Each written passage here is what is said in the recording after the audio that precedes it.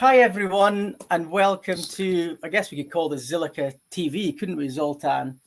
It's the first time I think people have come across you, and I thought it was maybe worth, first of all, if you want to give yourself an introduction, and then we can talk through, I guess, the power of participation and why gZil is an important component of kind of what we're doing. And I think just to kind of set the scene, obviously, at the weekend, a couple of votes reached quorum, which is really exciting to see. And we thought that it'd be worth, I guess, just resetting understanding of what the governance token is, what our ambitions are for it, and give people a bit of an insight into some of the thought processes around what we're looking to do with gZil over the long term. But first of all, Zoltan, Mr. Mega Brain, I don't know, do you want to give the audience a bit of insight to who you are and what do you do at Zilliqa?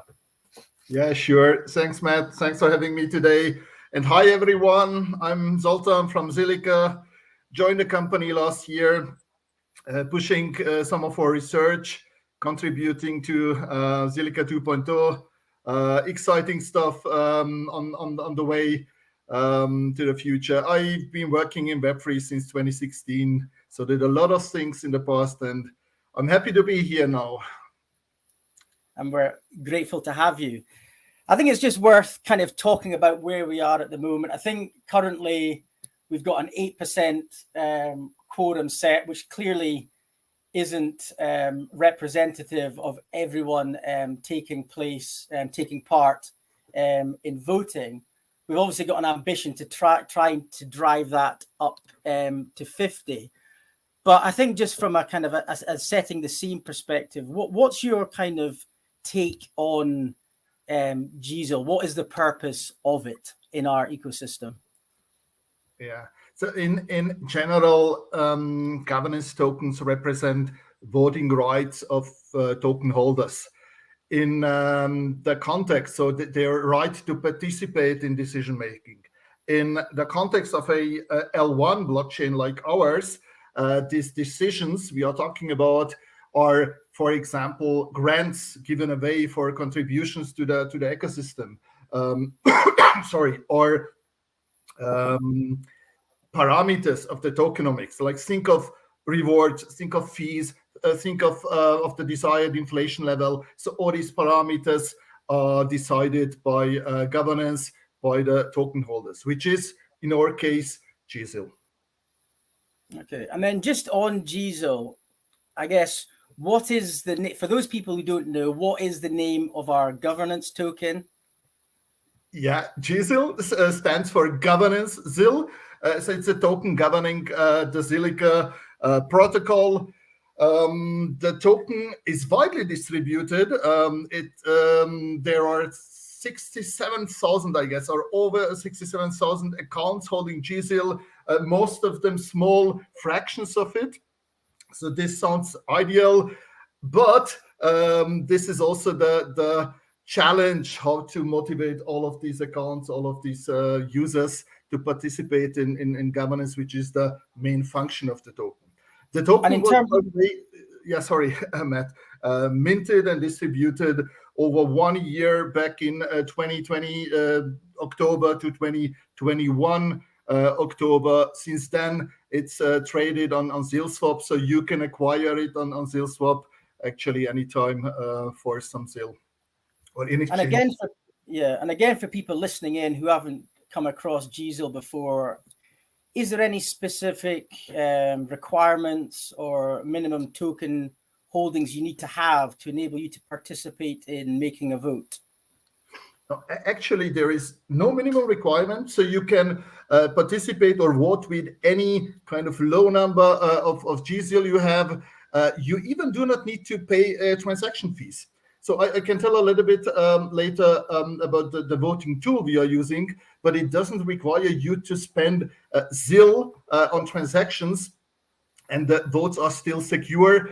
The only requirement is in order to create your own proposal or vote, there is a minimum of 30 gZil you have to hold in your account, and some steps before you do it to go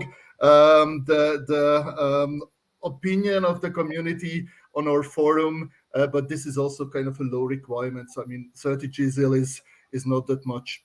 So the hurdle is really low, and kind of everyone's invited to participate in the votings, as well as by suggesting new ideas. Okay, so just thinking about over the years, gZil's obviously had a lot of conversations and discussions around it, some not maybe so positive as we'd like. So I guess just to kind of set the scene around some of the challenges or the frustrations people might have had, do you want to just kind of expand on that a little bit? Yeah. After the first, I guess there were 4, maybe 5 successful votes at the beginnings of gZil.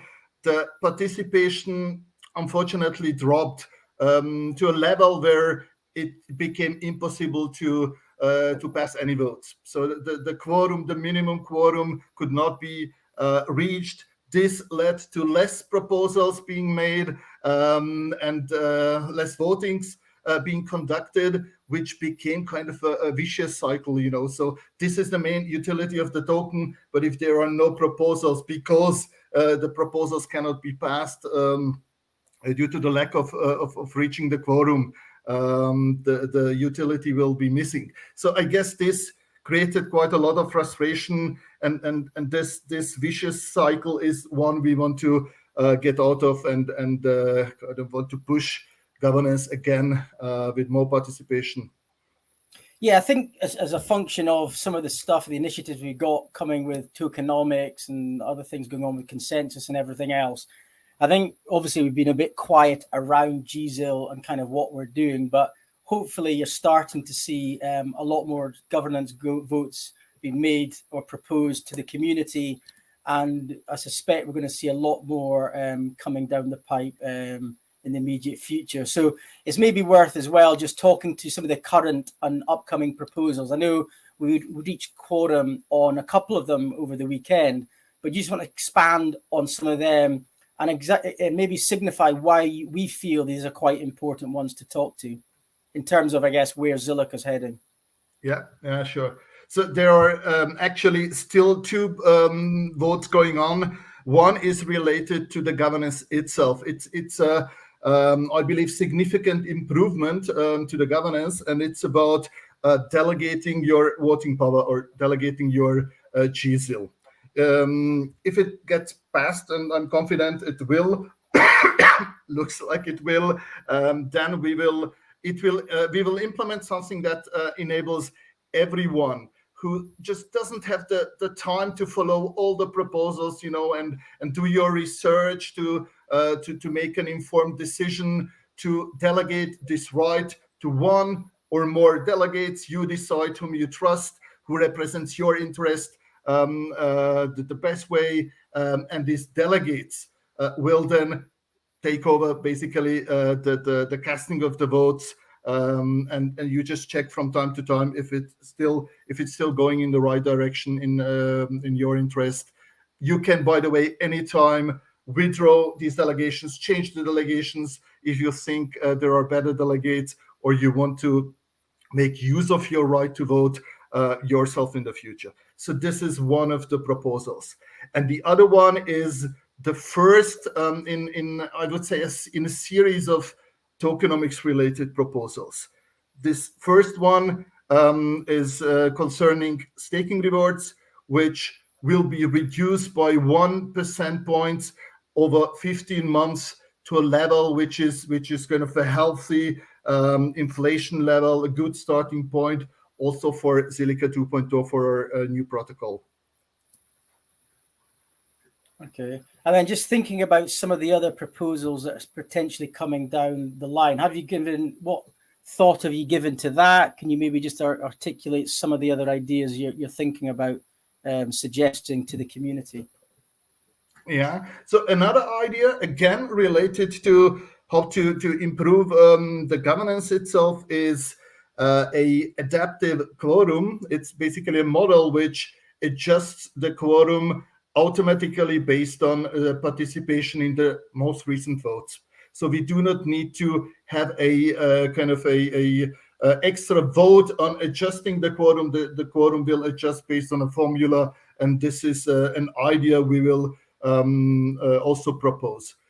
With regards to tokenomics, as already mentioned, without being too specific or too concrete, but there will be multiple proposals to bring our tokenomics in a shape where we have kind of a reduced inflation, a healthy inflation, where we have a setting where the staking ratio can be maintained or even increased, and we can still pay reasonable API to stakers. So this is the goal, and this is kind of a complex topic consisting of multiple steps and proposals. So this is something ahead of us, all with very important and interesting proposals. So everyone participating, himself, herself, stay tuned, follow these proposals.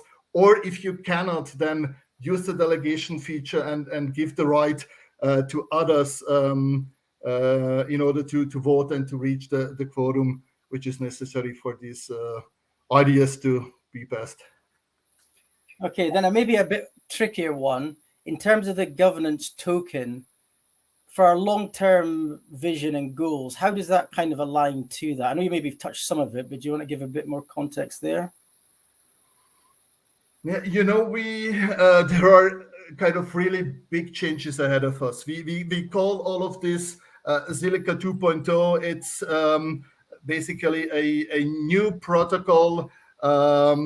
It's also a new tokenomics that we need to install aligned to this new protocol, and therefore there will be kind of essential proposals where we want the community not only to be informed. We do not only want to announce these things, but we want the community to participate, for example, in the decisions on how we set the parameters for the rewards. This will be crucial, and it will be also instrumental for the value of ZIL, for the ZIL price, I'm sure. So if you do it together in the right way, then we will see the ZIL price increasing. But therefore, we need the participation from everyone, from the entire governance community. Yeah, there's one aspect of Zilliqa 2.0, the X shards, which is obviously quite poignant today with what was going on at Twitter. So maybe we get a governance vote to come up with a new name. I don't really want to go into battle with Elon on our on our naming rights. Yeah. So just in terms of taking part, if you're kind of new to Zilliqa, interested in hearing about gZil and taking part in governance, what's the process somebody needs to do to take part in the process? Yeah. So first, I would recommend that you visit our governance forum. This is not the voting tool itself. There is a separate website where actually everyone can propose ideas, where you can discuss these ideas, and where your idea also will be kind of tested. After 3 days of discussion, this is the rule of our governance. There has to be a poll which qualifies ideas for a formal governance, which is then done in Snapshot or conducted in Snapshot. But visit this forum, participate in the discussions, because this is where we exchange our points of view and also kind of learn from each other what kind of ideas there are in the community. So after, yeah, sorry, Matt, go ahead.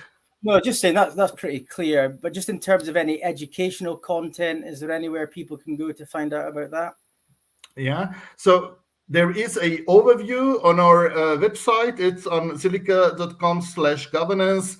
And if you are looking for a more formal definition, one of our Zilliqa improvement proposals, ZIP 12, is laying down the governance process and rules. So they have been standardized some time ago. They're exactly specified, all the steps that need to be taken, how long this discussion phase needs to take place, what is the minimal duration of the votings, and everything else can be found there.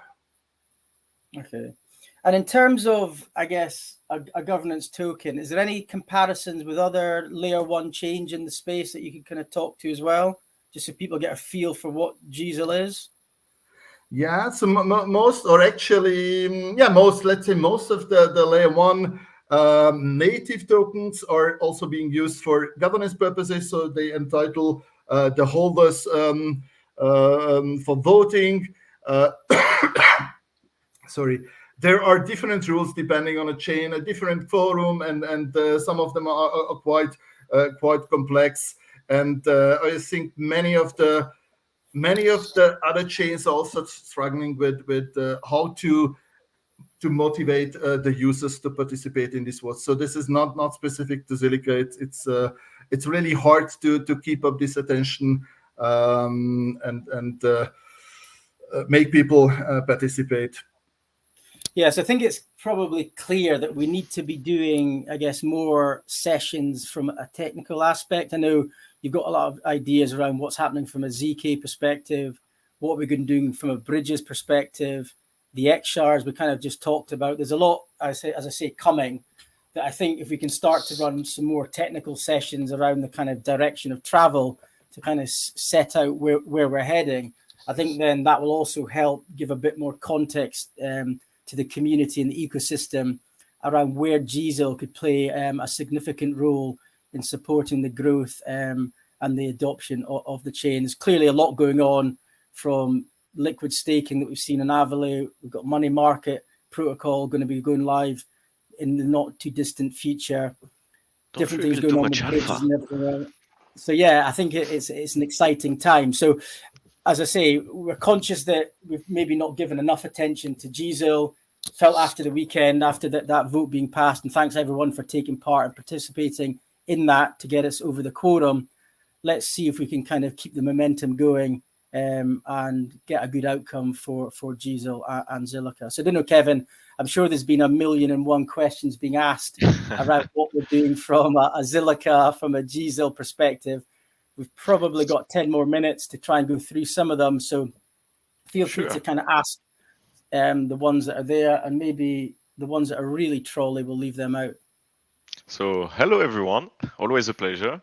Thank you Zoltan and Matt for this great AMA. Actually, that's answered a few of the questions I had about gZil. Even if I knew it, I needed to maybe better understanding it. And for the question, I saw some of them. So the first one is, we are working actually on this one, GB. So that's mean, as the team mentioned, any timeline on the ledger stacking claim reward issue on Zillion? Yes, we are. No worries. We got you back. But on gZil directly, I didn't notice so many important questions. If you guys have any real question right now about your gZil, please feel free to ask. In the meantime, because Matt asked me and I promised to tell, and then I missed it, I can tell you a little bit about the voting tool we are currently using. If you have not tried it yet, it's called Snapshot. It's a quite widely used tool. I guess, if I'm not wrong, it was developed by Balancer Labs back then, and is being used by a lot of protocols. It is secure because it stores everything on IPFS, which, as you may know, it's a tamper-proof distributed storage. So you cannot kind of change the votes afterwards or the wording of the proposal or whatever. So what it does is, at the point where a vote is created, this is where the name comes from, it takes a snapshot of the gZil balances. It just takes a copy of every gZil account and the balance, and stores this data set on IPFS, along with the proposal text, and all the details that should remain unchanged. Then when you cast your vote, you sign it with your account, with the same account holding gZil, and these signed votes are also stored on IPFS. And when the voting period expired, so Snapshot, the tool, just tallies the votes that were stored on IPFS and shows the results. So if the quorum was reached and how many votes there were in favor or against the proposal. I'm laughing because I'm seeing a lot of, let's say, little spike on the gZil, but that's nothing. It's simply, I'm happy that people start to realize gZil gonna have a big importance role in Zilliqa. What other questions have we got, Kevin? Let me check. This one is a bit different because what is the value of a token, in fact? For me, I think personally, it's more the more utility you give to a token, the more value somehow it has. Because first, you can use it as a, let's say, token for trading, whatever, but also for voting as a voting power for the Zilliqa governance. At the same time, you can, let's say, soon provide it as a liquidity into a liquidity pool and get rewarded by the fees of that. So for you, you have many utilities that give a value to your token. Zoltan, what about you from your perspective? Yeah, look, I basically agree, but we should not forget about its main utility, and it is governance. It is the right to participate in decisions, and these decisions, as I already mentioned, will be very important ones. They are ahead of us, but they are. We have to set new parameters. We have to set up this new tokenomics. So there will be very essential decisions, and therefore it's worth holding or even buying gZil if you don't have enough to have your say in these decisions. Thank you. Yeah, I think that's a key point, isn't it? Just to kind of reframe it, to make it what it was set out to do. Governance, the essence of what it is. It's not really about a token that is about driving that price. What value do you put on making decisions around where the kind of the change goes in terms of inflation, deflation, these sorts of things important. So just try and be mindful of that. I saw a message like this from Michael Saylor. Can you give general update on the Zil ecosystem? Sure, we can. Right now, as you heard, we are changing a lot of parameters in the gZil, basically to give it more utility, to make it better. On the same side, we're expanding our DeFi. You recently saw Aveli Finance basically promoting the STZil. That's allow us to basically build a big DeFi ecosystem on Zilliqa, around the STZil, around also other tokens. On the same side, we have the gaming. That is going great. Honestly, we see more and more players. And at the same time, the gaming team is working all the time to update the hub, to update the game and make it better.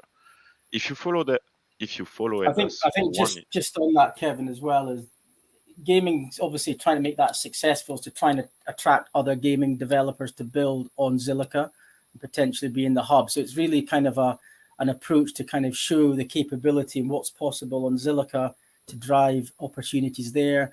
I think you've touched upon the fact that we're trying to expand and grow our DeFi proposition. Aveli team are doing a tremendous job in terms of driving growth. I think if you look on DeFi Llama, they're around number 60, I think, in the rankings. Obviously, LIDA is going to be a hard one to cross, but if you start to see what they're doing in terms of driving kind of TVL on chain, just with a kind of our native liquid staking token, that's going to be really good. Thinking about money market protocol, which is obviously a fork of Venus in terms of showing what is possible from a DeFi perspective in terms of applications. We're going to start to see a kind of, I guess, could argue a leverage market starting to open up on Zilliqa. And then once you start to see more transactions, more TVL locked in terms of a layer one chain, you'd like to think that some of the bigger boys like your Aave, your Compounds, your Uniswap will start to kind of look at Zilliqa because we're going to be more available, going to have more transactions on chain. So I think that's a significant movement for Zilliqa, and the team have been working exceptionally hard in doing a lot of work in making ERC20, ZRC2 kind of interchangeable, which is not a mean feat. And a lot of people said it would be very hard to achieve. So the guys have done a tremendous job there. And then if you think about some of the other areas that we're kind of been focusing in on, and we can have some other sessions that Zoltan can talk to, trying to build awareness with some of the partnerships that we've done. Esports is a big one where we'll probably do a bit more around loyalty in that space. We've got some other partnerships that we're building, and that's really about trying to drive awareness to the Zilliqa blockchain.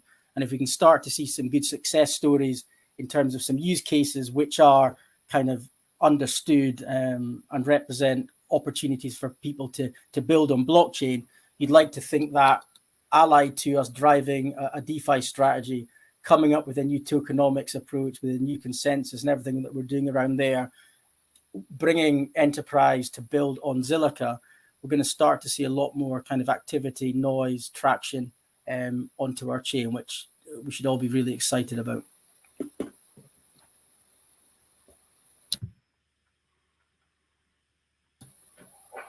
Any other questions, Kevin?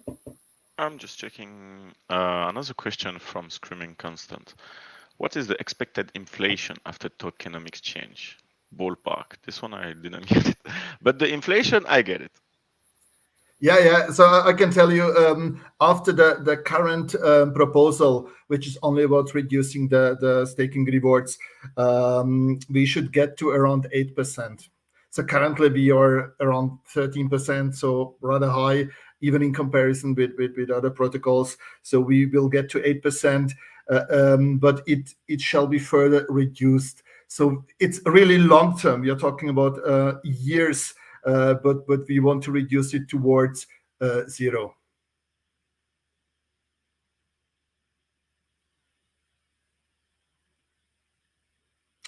And this, sorry, just to elaborate a little bit, because this is something easy to say. Reduce it to 0. Of course, this assumes a growth in transactions. So this is our main goal, to simply generate a huge growth in transactions. It will take some time, but if we get there, then we will have created kind of a self-sustaining system where the burned fees, the transactions, will cover the rewards we are issuing, and this is where we will have kind of close to 0 inflation.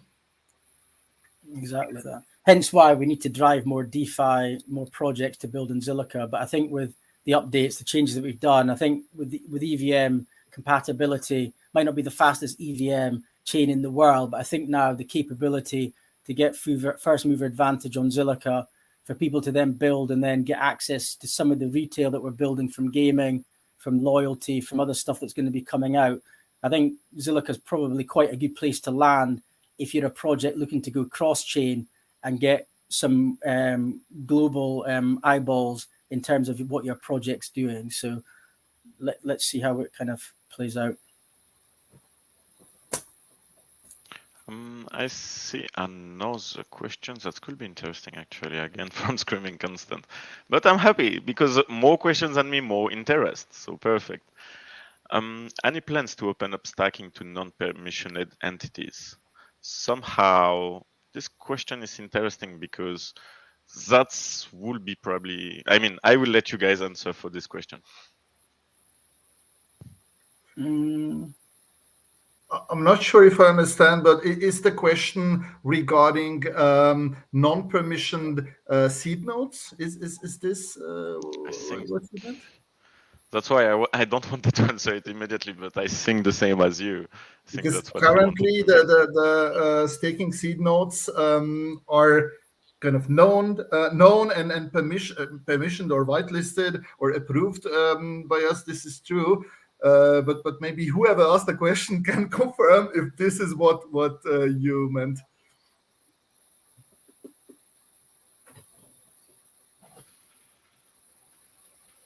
I see another question, actually.